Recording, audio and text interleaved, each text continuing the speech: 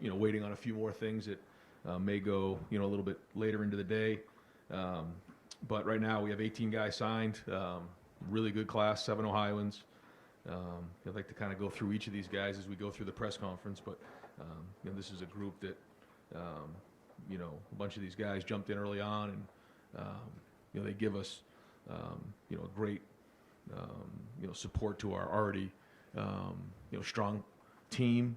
But I'm going to just start off alphabetically and go through some of these guys. I really feel strongly about the Armstrong twins, the year that they had, coming from a great program in St. Ed's. Obviously what they did as a team this year, and they led the way.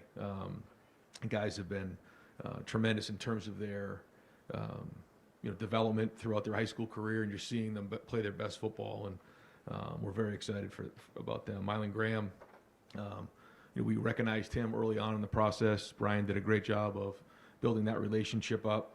We think he gives us a lot, and it has a really bright future ahead of him. Max LeBlanc is, at the Baylor School. His family is from Canada and Montreal. Really talented young man. Came down from Canada, and had to make the transition to a school where he was on his own, but really did a great job when he was there. His film is tremendous. We think he brings a lot of versatility to the team. Miles Lockhart is a corner that I actually saw play live. He's going to be a nickel for us as well. Miles is extremely competitive. He fits what Jim wants right there in that nickel position.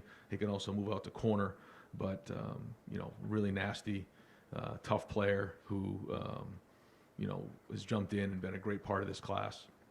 Jalen McClain, safety from Seton Hall Prep, another guy that had a great year. His team had a great season, in a position of need. He's a guy who's very productive in his high school career, certainly had a great senior year. Eric Mensa is a guy that came to camp, worked with Larry, comes from a great family, Mountain View High School in Virginia. Was really a strong player, had a good year. He's played multiple positions in his high school career and brings a lot of versatility there. Ian Moore, is a guy who, again, jumped in early. I think he was one of the first guys to commit in this class. He's been great. Again, had a really good high school career. Brings, again, some versatility. He can move some different places inside, and Ian's going to be a really good player for us. Aaron Nolan is somebody who is special in a lot of different ways. The way that he conducts himself, the way he handles himself, and he has a very high end. He's very athletic, and he's going to be the leader of this team. James Peoples is a dynamic running back who. Again, has had a great high school career. He can do multiple things. He's strong. He's got great change of direction. He can catch routes out of the backfield. He's going to be a dynamic player, and I think going to make an impact early on his freshman year. Peyton Pierce out of Lovejoy in Texas. This is a guy who, he wrestled. He's, done so much for his team. He'll play quarterback. He's very versatile and has done a lot of things. He comes from an unbelievable program and great family. He brings a toughness, hard hat mentality, and we're very excited about him. Roy Roker from Bishop Rowe down in Fort Myers is someone that we got on late. Had a really good senior year, and that's, we've had some good luck with guys who we've evaluated late. Evaluated them their senior year. Again, guy who's very productive down there and a huge addition to the back end. Aaron Scott was a huge addition for us. Aaron, Tim Walton did a great job recruiting Aaron. He had a great season this year. He played quarterback when he needed to. They started off, kind of rocky this year, and then brought their team all the way to the state finals.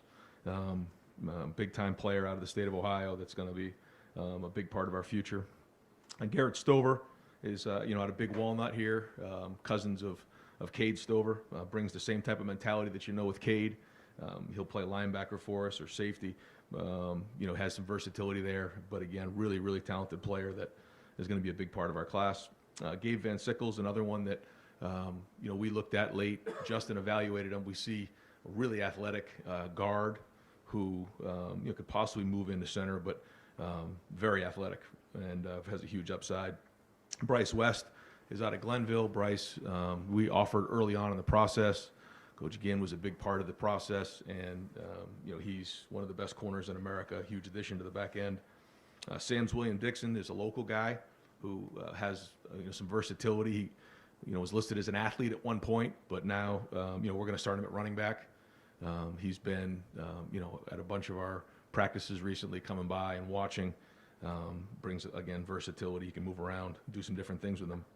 And then Demarion Witten is listed as a tight end, but he can do a lot of things. He played wide receiver recently in the U.S. Army game down in Texas and had 3 touchdowns, was the MVP. Really dynamic, out on the perimeter. So those are the guys right now that we have signed. We're still waiting on a few other guys to kind of see how that goes. That may go on, later into the day or into the night. But those are the 18 guys, and our guys and staff did a great job with these 18. Thank you, Coach. We're going to open up the questioning. Far left, Brendan Gulick, Buckeyes now on that side. Coach, I want to ask you specifically about Demarion and his skill set. I know you like his versatility and his speed. What is it about that kind of player who lines up in so many different places for a team that needed him to do different things that allows you to project what you think you can get out of him when he comes here? Yeah, it started early on when Coach Ginn had him as a young player and told me this kid is special, and he said, he can be the best receiver in the country. And when he said that, you kind of take a step back, but you're seeing exactly what he's talking about. You watch him on the basketball court, and he's going to have to grow into play tight end if that's where he ends up, getting down in there. But you can do multiple things with Demarion, and like you said, it can be a matchup issue. But his length and his size and his ability to play the ball is tremendous. So again, Ted did a great job identifying him early on. We jumped on him early on, and you can see his ceiling is extremely high. As you've got to know both Deontay and Devontae, obviously the tape kind of stands for itself, but off the field, what impresses you about those two guys? It's the overall makeup. They have great work ethic. They played basketball when they were younger, and then they really just focused on football the last couple of years, and you can see the improvement, year in and year out, and then almost week in and week out. And they're becoming really good offensive linemen and football players. And sometimes you don't grow up playing the position. You have to grow into the position a little bit. And you're seeing that, and they're both bigger guys. They're long body types, and you just see them get more and more comfortable playing the position, understanding the technique and how to bend and get low. And they come from a great program, and they're well coached. So, all the above. Front row, David Biddle, 24/7 Sports. Ryan, in your estimation, is the recruiting on the offensive line and defensive line substandard for Ohio State standards? Why or why not? No, I mean, we try to, identify the guys that we think are the right fit for us, and we go get them. I'm really excited about the guys that we have. We think that, they really fit well with what we're doing on offense. And you have them in camp, you see them in camp, you see what they're going to do, and you project into what they're going to be. And then, ultimately you have to fit, the needs that you have. So, we always want to be the best in the country, and I think we have a great group coming in. And switching gears, do you expect to make any changes to your coaching staff after the season? Like I said to you before, we got this bowl game to play, and we're always going to evaluate it. And, if there's any updates, then, I'll give them at the right time. But we're always going to evaluate it after every season and go from there. Stephen Means, Cleveland.com. Ryan, with Air, obviously you guys had a quarterback at one point in this class that maybe was the foundation of this class, and then about a year ago you had to maybe pivot a little bit. Can you just take us through the timeline of identifying Air about April and why you guys zeroed in that relationship? Yeah, we watched this film and saw the athleticism and just kind of a baller out there, making a lot of plays, state champ. He was high school teammates with Jelani Thurman, so we were down there some and got to see who he was and saw all the people in the area and the school and the coaches talk about what a great player he was, what a great leader he is, and it doesn't take long. When you talk to him, you recognize how mature he is and his approach, and that's a big part of it. So, we just love that part of it. We feel like he's got a really high ceiling, when he gets here, and looking forward to get to work with him soon.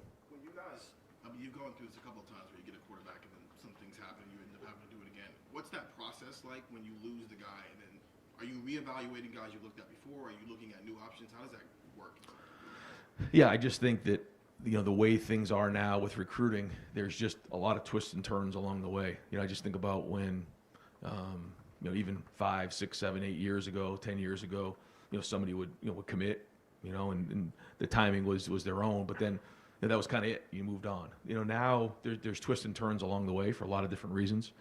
And so, you just have to work through those and figure out, who's the right guys for you at the time, and then, fill your 85, and that's what it is. But, there's a lot of twists and turns along the way, and now you have, you have the high school class, then you have the portal, and you have different parts to make sure your roster's right. If I can squeeze one more in, obviously he's walking into a room where there's now a quarterback competition that maybe nobody was expecting at this point, but with true freshmen who are expected to early enroll, and I know you've been through this before, back in 2021, but what has to happen for a guy to be, as a true freshman in your experience, to actually be ready to contribute in year one in a way where you can look at him and go, okay, maybe he can be our starting quarterback? Yeah, you don't know till they get in and just start to, how quickly can they learn the offense and get used to it and learn from their mistakes. You can't replace experience, but some guys just, you just see it early on. They can handle the information, they can handle, what it takes. And, most guys, it takes a little time to get that figured out. A lot of guys want to come in and play right away because it sounds good and they're anxious, but that always isn't the best in terms of their development. But each guy is unique, and we get a better idea once we get going with spring practice. You ever had a lefty before? Yeah, I've had a lefty before. Andy Anders, 11 Warriors.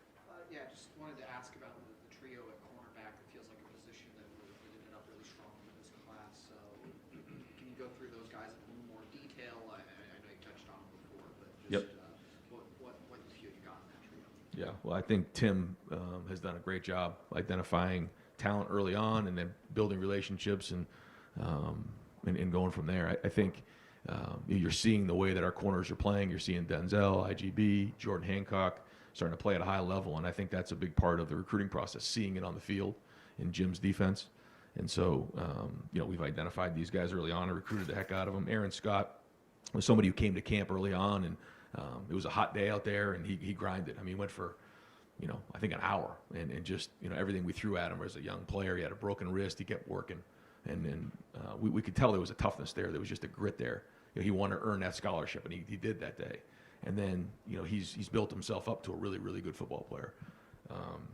Bryce West, same type of thing. Again, Coach Ginn early on believed in this young man and, said this guy's going to be a great player. And so, we recruited him, but then offered him pretty early in the process. And then you could just see the way he played that next year. He was much more aggressive. He was tackling, making plays. And he just continued to become a better and better football player. And you know what you're getting when you get somebody out of Glenville,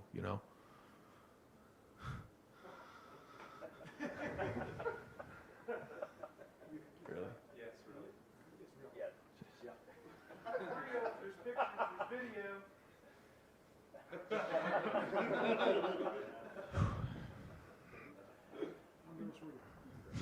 You want to take us through your emotion The floor is yours. You gotta address that one. Yeah. Well, I don't know if everything's in yet, Jerry. You got to check to make sure it's in. Yeah. Hey, Mike, you want to check with Justin? Yeah. Before I do something to get myself in trouble. Your stomach flipping right now, though? What's going on? It's been flipping for a while. So. Imagine all day it's Yeah. Okay. What was the question? Actually, I think you had answered. talking about cornerbacks. And Yeah, the only guy you right. got to was Miles. Right. So Bryce, and I go back to Glenville, and I got to give Coach Ginn so much credit for the way he develops young men there, and they understand what it means to be a Buckeye. They do, and that matters. Arvell Reese has come in and worked his tail off. I'm really excited about these guys, and Bryce West's going to be the next one. Look at it. Look at what he's done on track and field. The times that he's put down, and just what a great player. And then Miles. Yeah, like I said to you before, I actually had a chance to watch Miles. I was at the semifinal game in Arizona, and I just watched the guy just play his tail off. I mean, he was all over the field, and I just was like, man, who is that? And then you can just see him start to come on as a player, and so again, I think really when you talk about needs, you're talking about two lockdown corners and a really feisty nickel in there.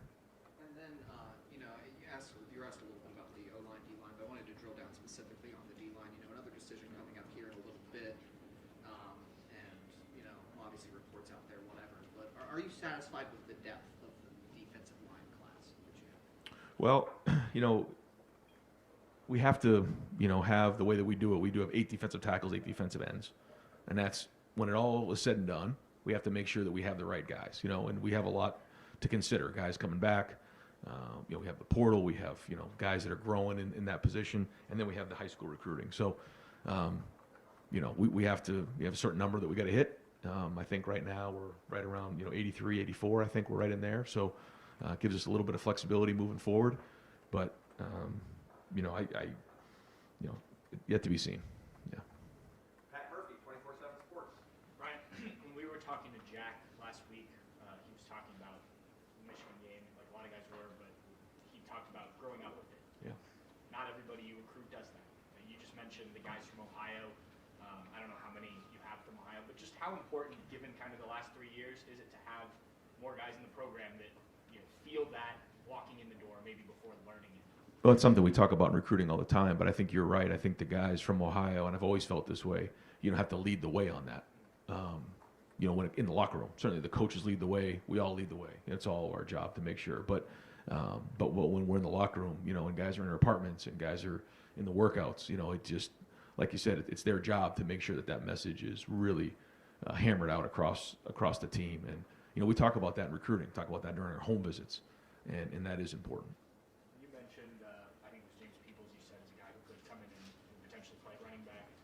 Your depth has been depleted a little bit there with some guys leaving, and I know Trey still has a decision to make. How do you feel like both of those guys could contribute, maybe quickly if needed? Yeah, well, it may need them to, depending on Trey, and right now we're at 4, and we like to be at 4 or 5.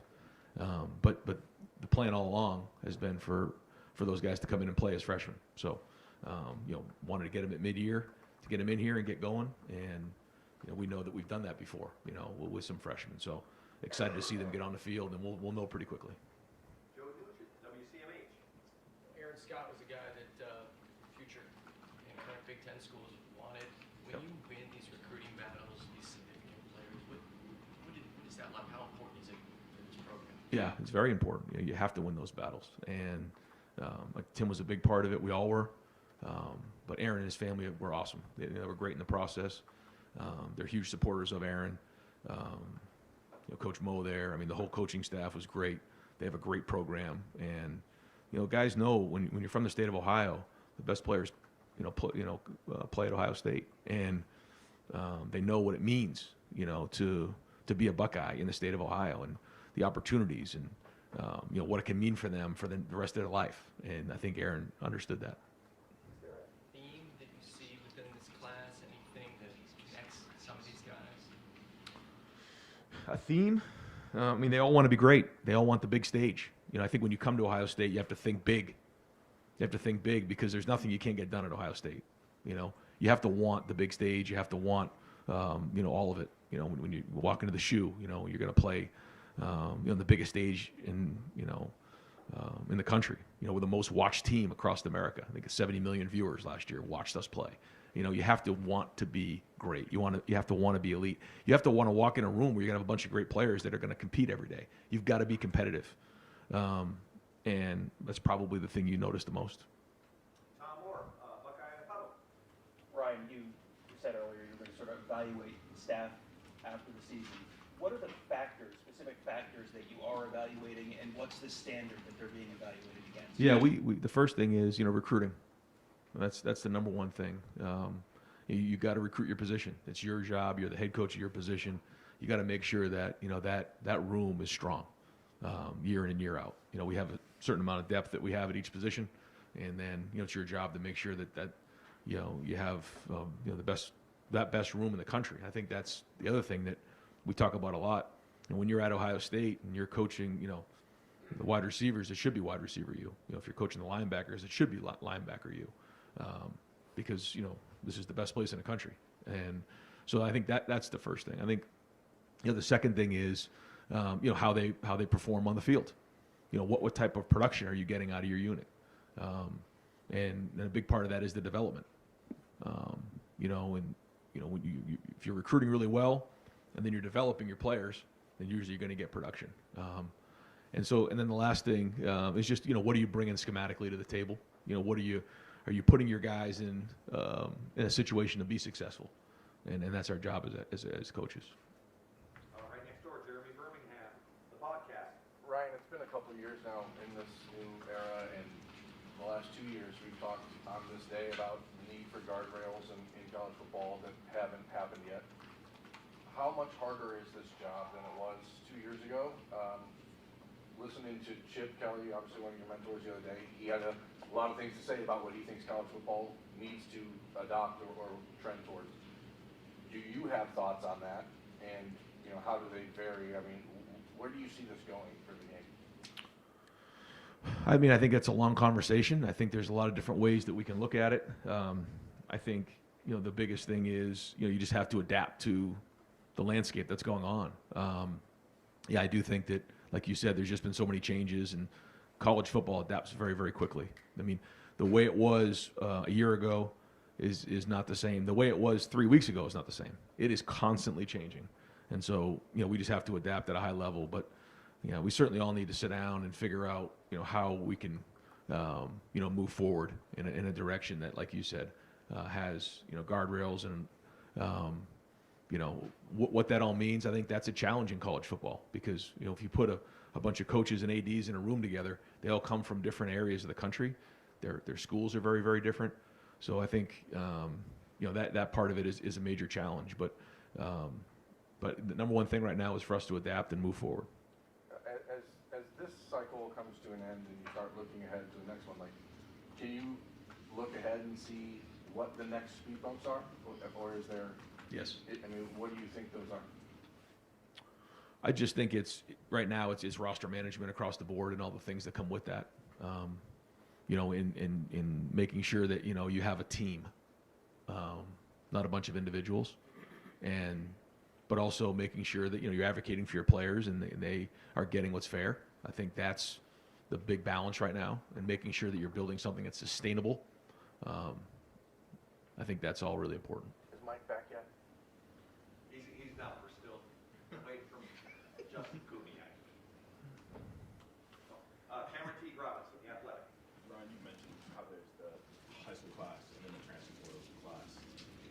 When you go into a signing day and maybe there's some last-second flips or regardless of the position, does that impact how aggressive you might be in the portal?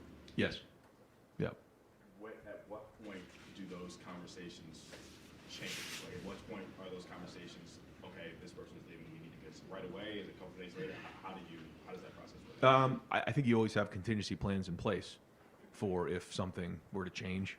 So you always have your board and your list, and Mark does a great job of being organized in terms of now, just like in the NFL, you have your draft board, and then you have, the free agency, and you have the pro scouting, just like they do there. Well, we have the transfer portal, and then we also have, high school recruiting, and then making sure you fit, all the pieces the right way. Again, the goal is to have the right 85 when we kick off in the preseason, and it's a long way. We got to go through another, phase in May where transfer portal opens back up. There's a lot that goes with that. So, we wanted to make sure we did a great job finishing up, and solidifying, this group right here, and then, it's on to the next phase as we continue to build towards August. So how, as the transfer portal continues to grow and be more important to college football, how do you prioritize high school class transfer portal? Well, we always want to develop players. We want to bring in high school players and develop them. I think that's how you sustain a program, and that's how you have stability along the way. But as we know, that isn't just the way it's going to be. The guys are going to look for different opportunities, and then, you need to bring guys in. So, we'll continue to do that and make sure that we have the right mix. Clay Hall, WSYX. Ryan, you guys are leaving for Dallas, I guess, this weekend. Is Marvin in, JT, Trey? Do you know what you're dealing with? Yeah. I think I've allowed those guys to kind of do their own thing. I don't want to, kind of put their stuff out there, but we got a good group playing in the game. Yeah, we do. And, we're going down there to win the game. And we've had a good, few weeks of practice. And, again, the Cotton Bowl is a great bowl. We have a really good opponent. So, this is a great opportunity, like I said before, for Devin to go in and be the starter. And, we want to finish the season the right way. Have they practiced? Who's they? Our team? Marvin? Oh yeah, guys have been at practice and Trey, JT, yep. Oh yeah. They've all been out there and so no, we're gonna have a good group going down there. One other thing, I've had a number of questions about Larry Johnson. Have you had to answer questions whether he's retiring or staying? It's funny. Guys have brought that up over the years in recruiting, but he's young. He's in terms of his approach every day, he's got a lot of energy. And he wants to continue to coach, and the guys in the room love him, and so yeah, no, he's still got a lot of energy when it comes to coaching, and he still has a passion for coaching, and his wisdom, his experience is the best in the country, and our guys know that, and they certainly people recognize that in recruiting. You think he's back? Yes. Spencer Holbrook, Letterman Roll. Ryan, do you believe in, you've built a program now for the last 5 years. Do you believe in program momentum?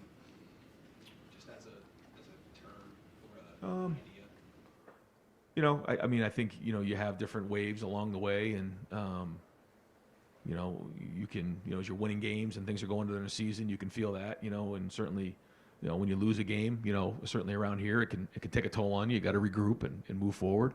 But, one thing we're not going to do is panic and overreact.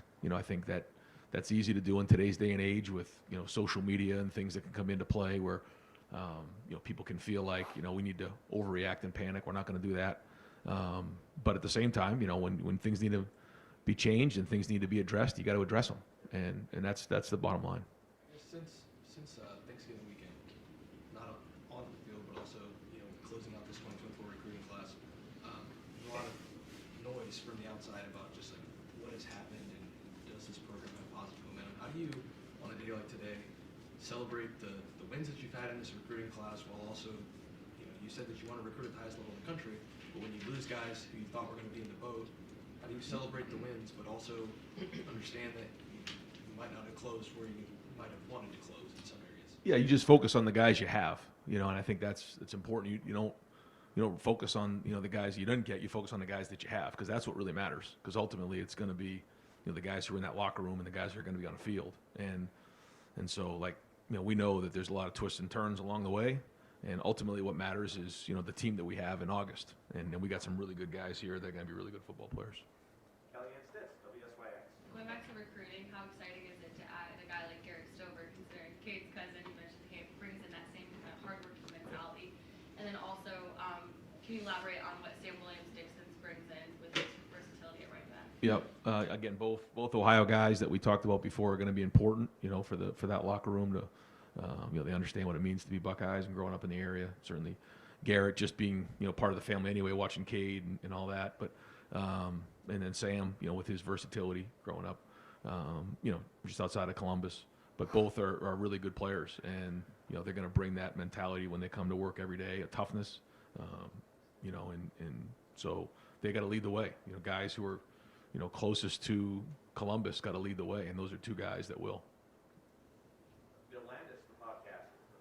Ryan, with defensive line recruiting, I guess, generally, do you feel like you guys cast a wide enough net when trying to find the right prospects? And additionally to that, this program has always done a pretty good job with offensive linemen of kind of scouring the Midwest and finding, developmental prospects. Obviously, you've done that with this class. It just doesn't seem to happen as much on the defensive line, and I'm wondering maybe why that is.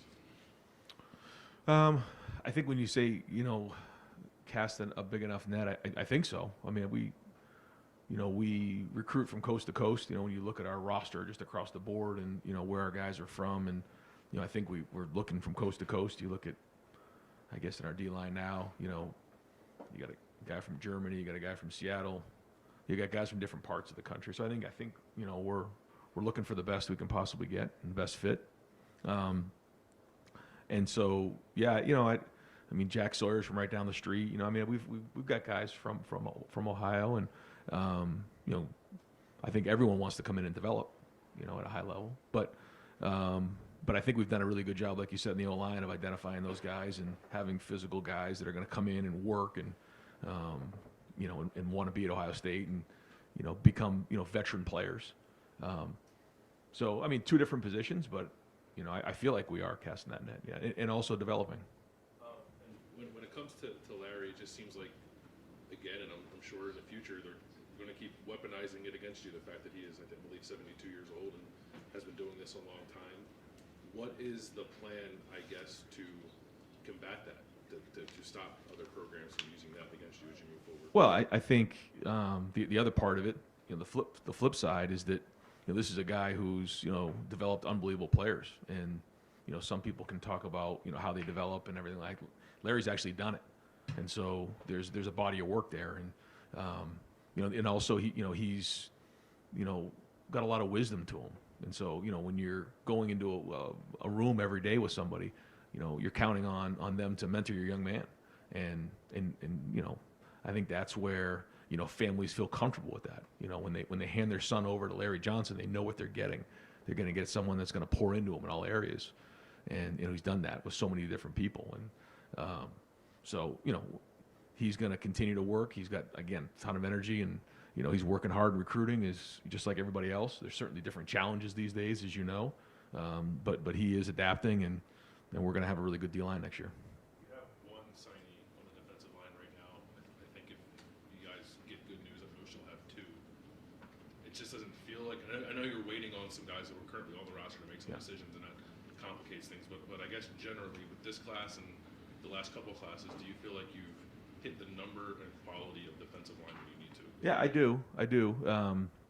And I hear what you're saying. I think when you look at the guys that we have right now in our numbers, it's 8 and 8, and then we'll look at what these guys are going to do. We have some guys who are really talented who are playing as sophomores and juniors, and if they decide to come back, that's they take up a lot of the Then you also have Kenyatta, and you have Caden, and you have Mitchell, and these guys are all really good players that are going to play next year as well. So for a young player who wants to come in and develop and work through and work into the lineup, it's a great opportunity. But ultimately, it's going to come down to what's on the field, and if we have to look in the portal, if there's a hole, we'll do that as well. But no, I feel like right now that room is a good room, and it's a little bit going to be year to year in some different spots because of the way that things shake out in the portal and recruiting right now. So I feel good about that room, but we'll keep looking at it and make sure that we got the right group in August. Nathan Barrett, Cleveland.com. We haven't talked to you since Kyle's decision became public. Just anything that you can say as to ways that you think you could have handled that better, or how surprised were you at the way that sort of went sideways? Yeah, I'm gonna just keep the conversation private between us, but and I really don't want to get into it because I don't think it serves anybody any good. I think Kyle, was very well respected here. We wish him nothing but the best. He played some good football here, and spent 3 years here and made a lot of relationships here, and I think he's committed to another school now, and he'll do well there. He will. So I don't think it's worth getting into all right now, but certainly wish him nothing but the best of luck. There's a lot of guys in that room that care about him a lot.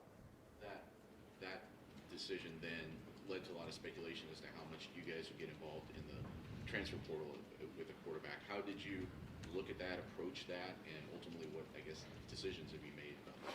Yeah,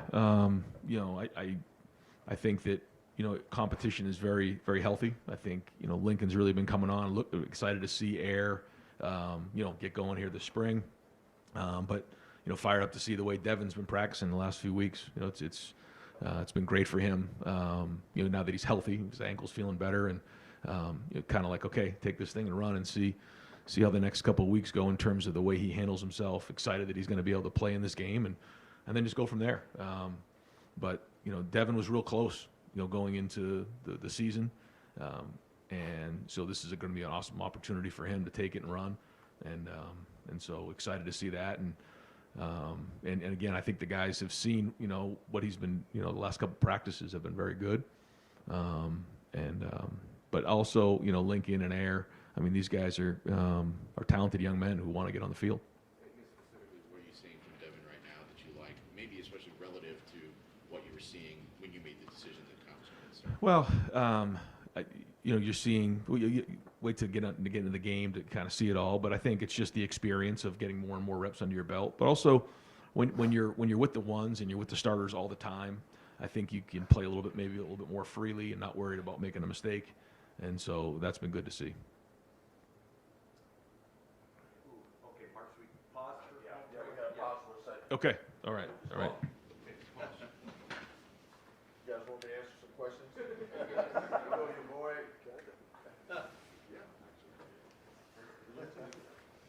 Put on speakerphone, Jerry.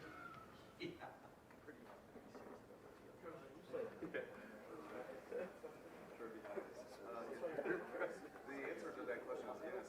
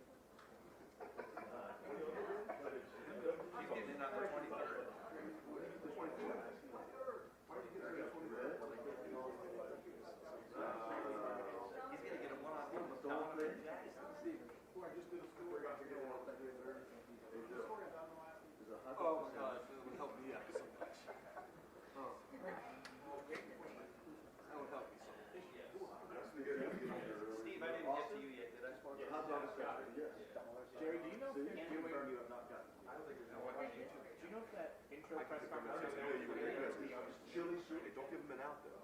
Yeah. That's your. They will put it You back can in get the 23rd. and you're They'll put totally it in right. that quorum. Yes. I was getting a little concerned. Finally, kill time. That's how we kill time with my mom. I was getting a little concerned that nobody else was going to be there for a while. No offense. He said today. You guys good ones. You guys good ones. Favorite movie, Home Alone 1. There you go. You guys good ones. Steven stole mine. Nolan Crafton. There's like 5 that are just like handling flex. Oh yeah, I'm thinking of the first one. They're making a migraine. It was one of the Michigan stuff first row. That's when I was fresh out of the kitchen, and I said, I know you can't, I said, I know you probably, I know you probably won't, I know you won't. Wait, which one? Michigan's Is that what it was? 17? Science Vacation. Christmas Vacation versus I got your costume. Home Alone 1. You can't be shocked that I Still Home Alone 4. No, I think I for my own rules. This is the problem. This is the problem trying to speak up and stuff sometimes.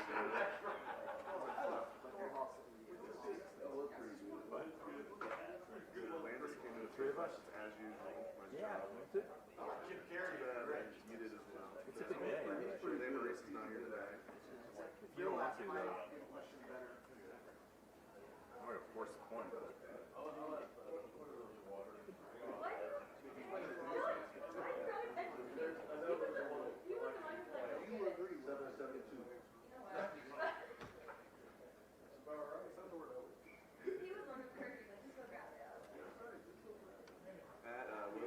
Forget about the new video. What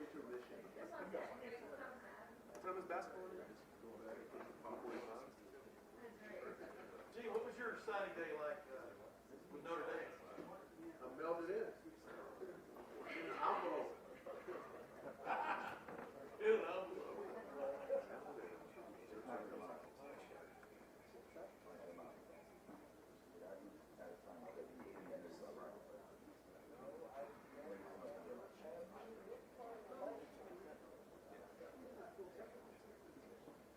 We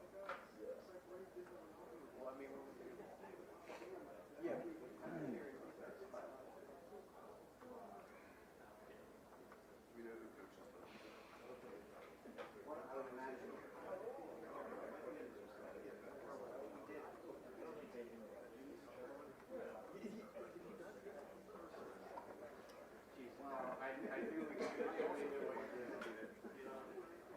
coaches them.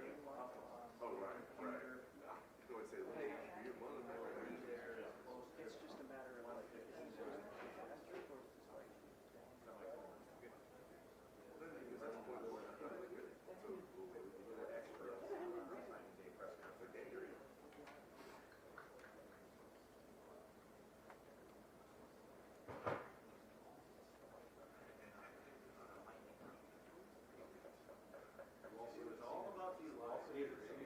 Exactly. That's what I'm saying. That's what I need. Yeah.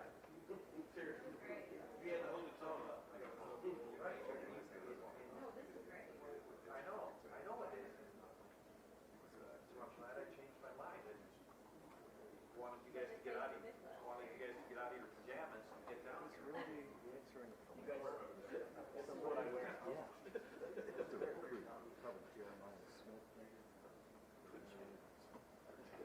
Tuck in those pajamas.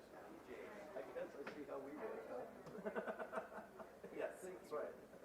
We do a PJ.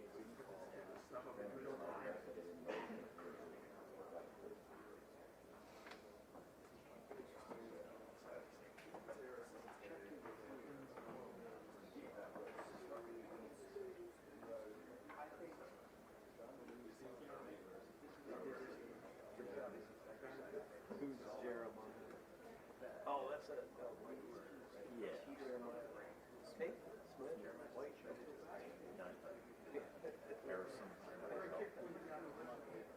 I don't think it's really good. He just raises him in uniform. It really matters. It really doesn't until then. You should think about it. It's exactly what he said. We worry about the ones that are here, not the ones that are in here.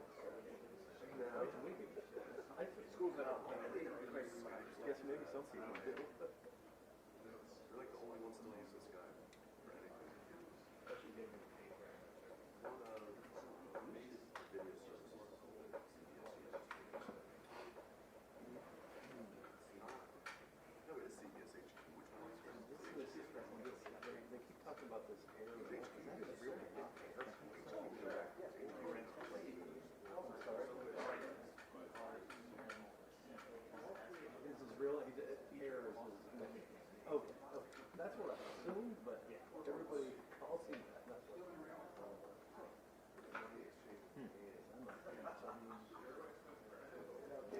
watched that movie, Air is Bud. But I hear what you're saying. But it is very fun. Was it basketball? Basketball is. Oh, okay. So you're about the same stage as football. I thought it was football first, but I guess I wasn't really paying attention. I don't know.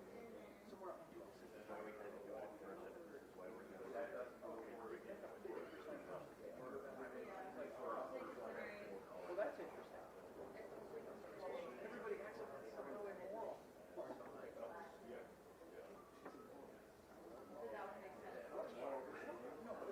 I'm losing my audience here. They're dropping off like flies. You know?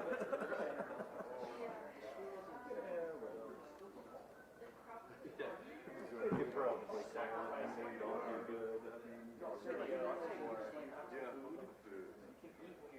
this is not getting me any closer to getting my. You guys will be able to make it to basketball. No, there's stuff going, but I guess technically I don't have any. And then you're gonna have to get, maybe mean tweets on, mean tweet from something that we did, talk about how they win the basketball.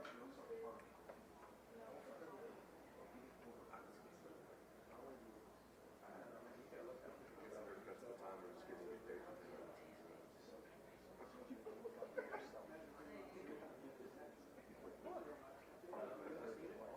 Right, he could have just hit mute and video off. High school kid, too. I agree. It's such a weird concept.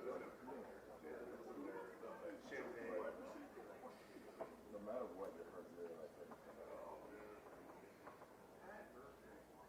Yeah, that's what you said.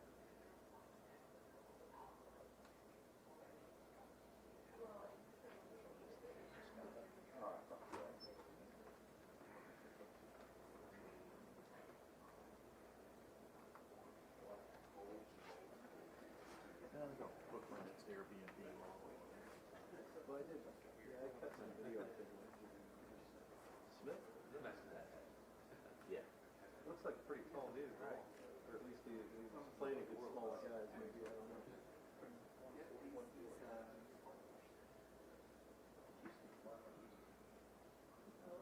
Right now. Where's he from? What school is that? Texas? Shaman Madonna is probably the best receiver prospect. He's a monster. He's a number 1 overall. The number 1 overall recruit. Wow. Not just receiver. Okay. That's Denver after having this Marvin Harrison Jr. I mean, it's just kind of what he's been heralded as. Yeah, if you watch his tape, I mean, he's super polished. Everything you look at, receiver, great hands, great. He knows how to hide away from the ball, great routes. That's true as well. Just another character set of receivers. Yeah, really. Like Sammy Brown. Some of these high school programs.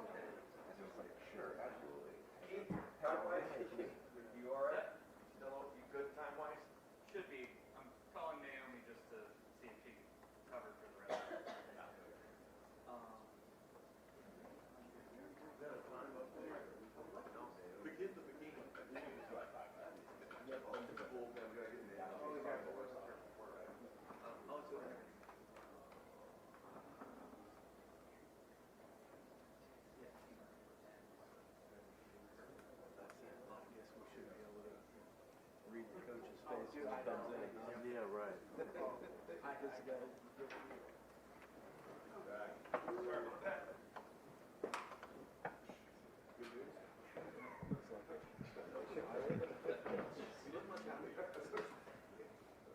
All right, we're gonna continue.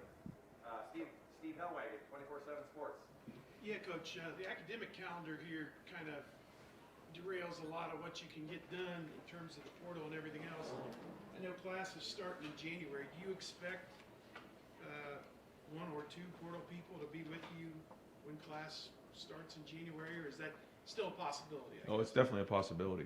Yeah. We're looking at it hard, and we're recruiting guys, and we have a visit window there in January right before classes start. So, we wanted to do a great job finishing today, but we've been once the portal opened, we've identified them, and a big part of it is making sure we have the right fit, and part of the process is you don't have a time to get to know who these guys are. So sometimes you bring them on visits and you learn about who they are. You make sure it's the right fit, and then you go from there. So, we're going to be all over it. Running back, you lose Evan, you lose Chip. From where we sit, we don't know where Trey stands. Seems like Dallin would come back, and you're adding two guys here. Just what do you do about that situation? How are you working to manage it, I guess? Is portal part of that?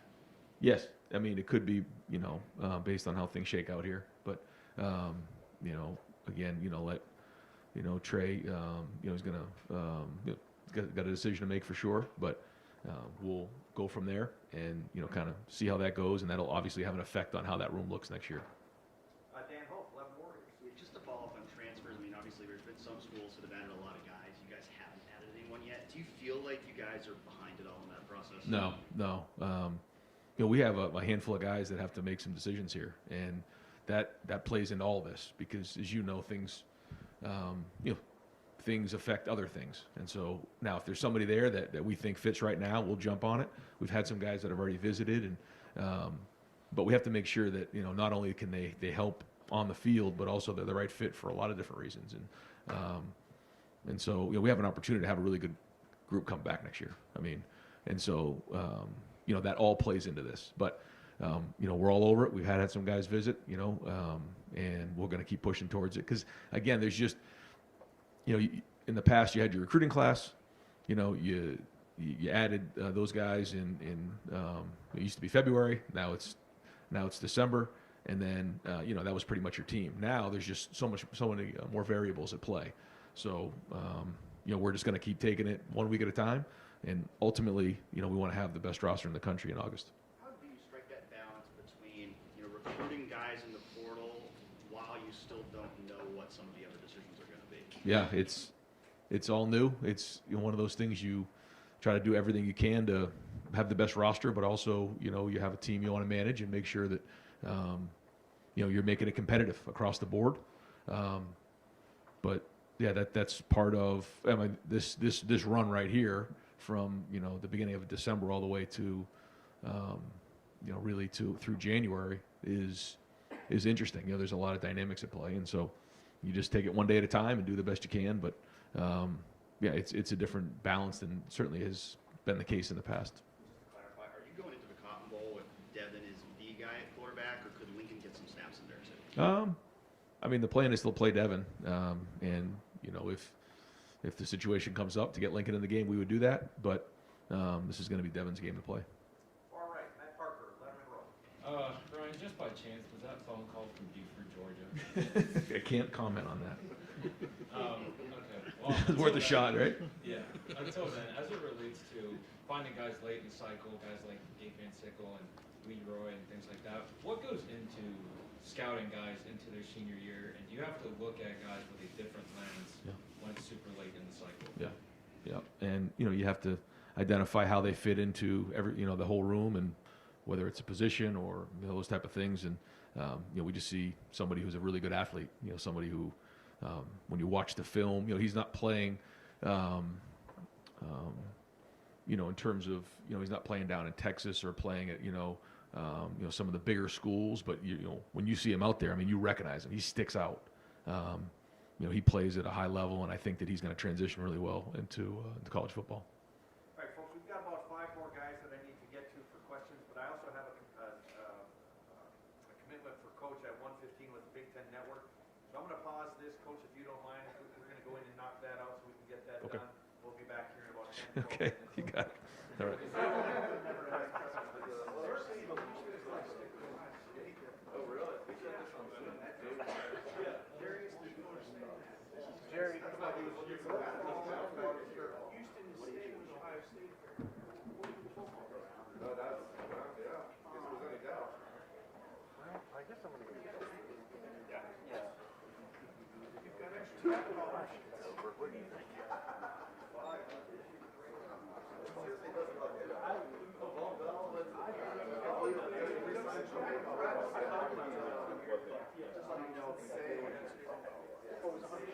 Hey, Stan. They just took another break in the OSU Brian Dave recruiting presser.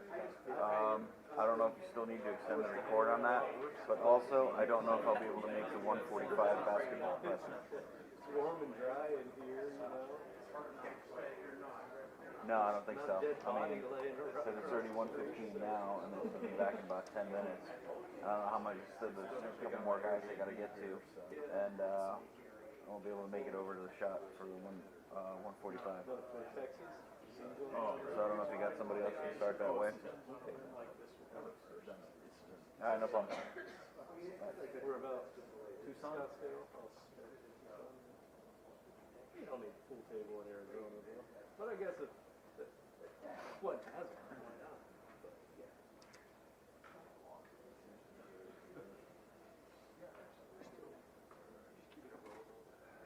Well, I stopped now. Yeah, there'll be several. Yeah, I'm not gonna just like that. It'll still be this, you know, it's a free run time today. Yeah. Okay. Intermission.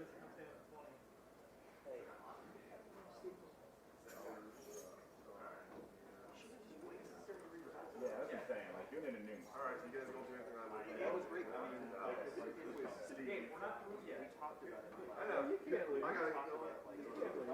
No. I have to do a video.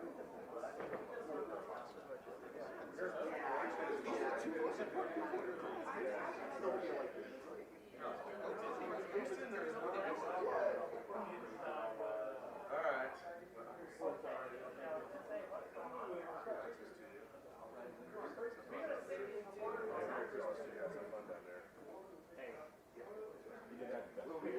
Especially on casino. Okay, now. I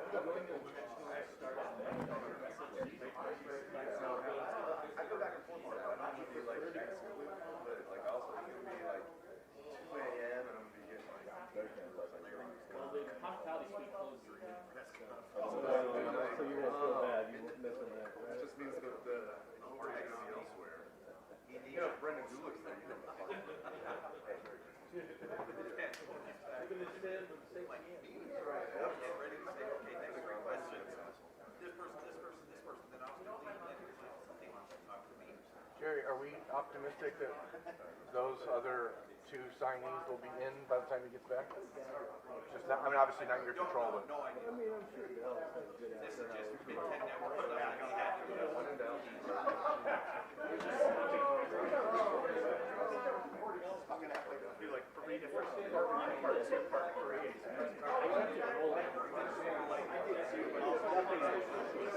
you done, or are you gonna like? I'll let you know. You want me to stick around for the last?